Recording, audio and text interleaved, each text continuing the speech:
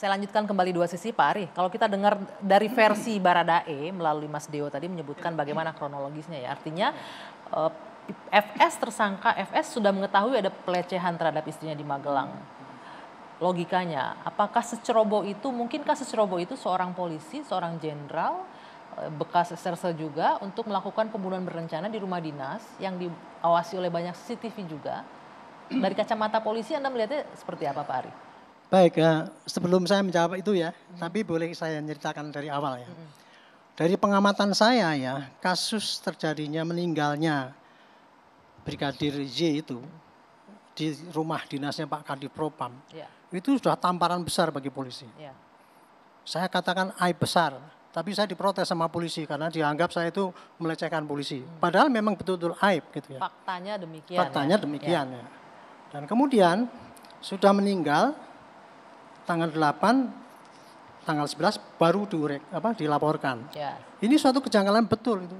Menurut saya itu, 3 hari ya. Saya dulu sebutkan ketololan.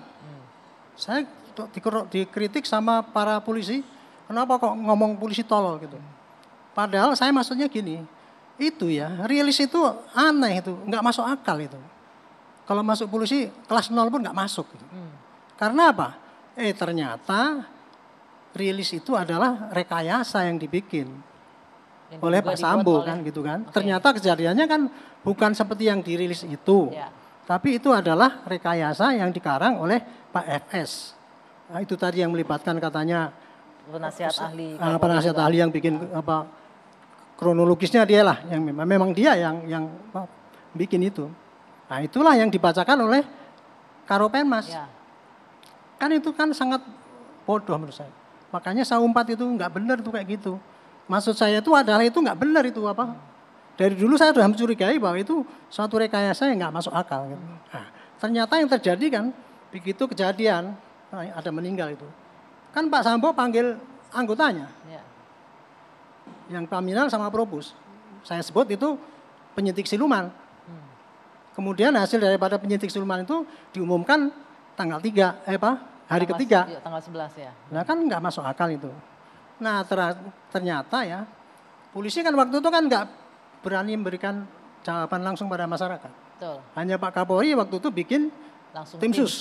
Itu bagus. Cuman tim sus habis bikin, diem terus nggak ada apa yang dikerjakan. Sampai liar akhirnya isinya. Sampai kita sarankan itu Baradae itu mesti dijadikan tersangka. Karena itu Baradae itu kalau melihat konstruksinya ya, bisa jadi tersangka tanggal 8 itu juga. Karena kan kasusnya kedapatan orang mati.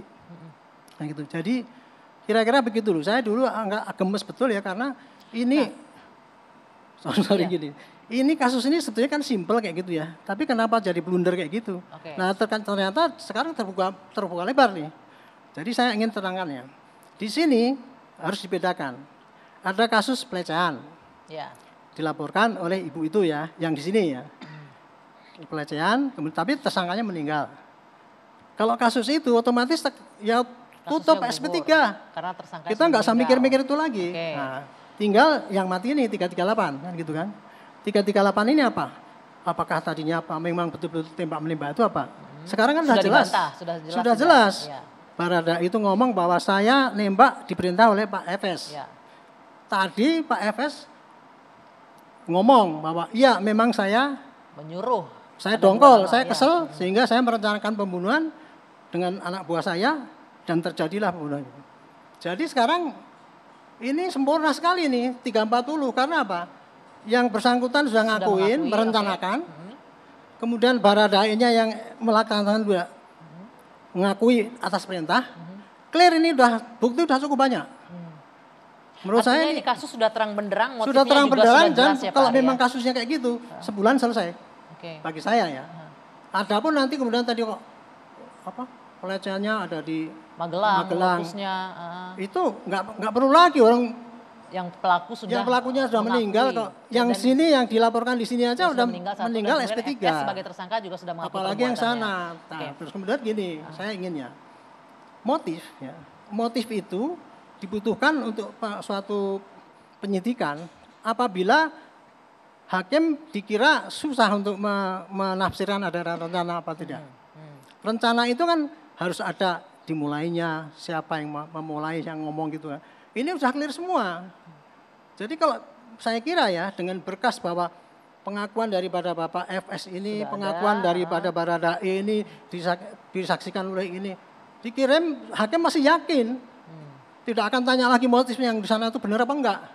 Itu publik yang ingin tahu kan. Ya, gitu. ini saya bilang tadi saya sempat Sangat menyinggung. sensitif tuh publik. Apa rasa penasaran publik Iya, yang karena ingin itu sangat seksi dipuaskan, ya kan? gitu ya. Nah, Tapi itu motif itu nggak penting banget untuk pembuktian di sini. karena si Gitu. pelaku terduga sudah mengakui Iya. perbuatannya untuk Nah, terus kemudian berencana. untuk yang 30 itu jelas sudah pasalnya dia membantu merusak TKP dan sebagainya. Dia nggak ikut-ikut dalam pembunuhan ini. Gitu. Pertanyaan saya Pak Ari, tadi Anda sudah singgung di awal bahwa ini konyol ini apa yang dilakukan polisi di awal-awal. Ya. Gitu.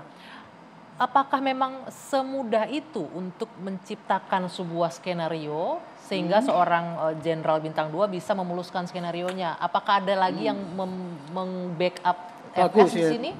Gini, ini kesimpulannya saya ya Pak.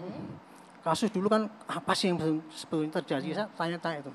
Ini ternyata ini adalah Pak Ferdi begitu dengar itu ada kasus apa menyinggung harga diri ya. Di sana kan siri itu istilahnya. Siri itu mudah nggak bisa di inilah. Sehingga dengan mendengar kehormatannya terganggu itu ya, dia sini merencanakan bunuh. Tapi kemudian habis terjadi gitu agak panik dia. Gimana caranya? Dia bikin skenario baru. Kenapa bisa ya? Yang dipanggil kan anggotanya semua. Oke. Kamu bersihkan ini semua. 2 hari itu anggotanya. Baru penyidik dari Jakarta Selatan datang ke situ, itu pun bisa dikendalikan juga. Dalam artian semua menuruti Menuruti, kemauan makanya Ferdi itu Sambo jadi sini. ini jangan ditafsirkan ya.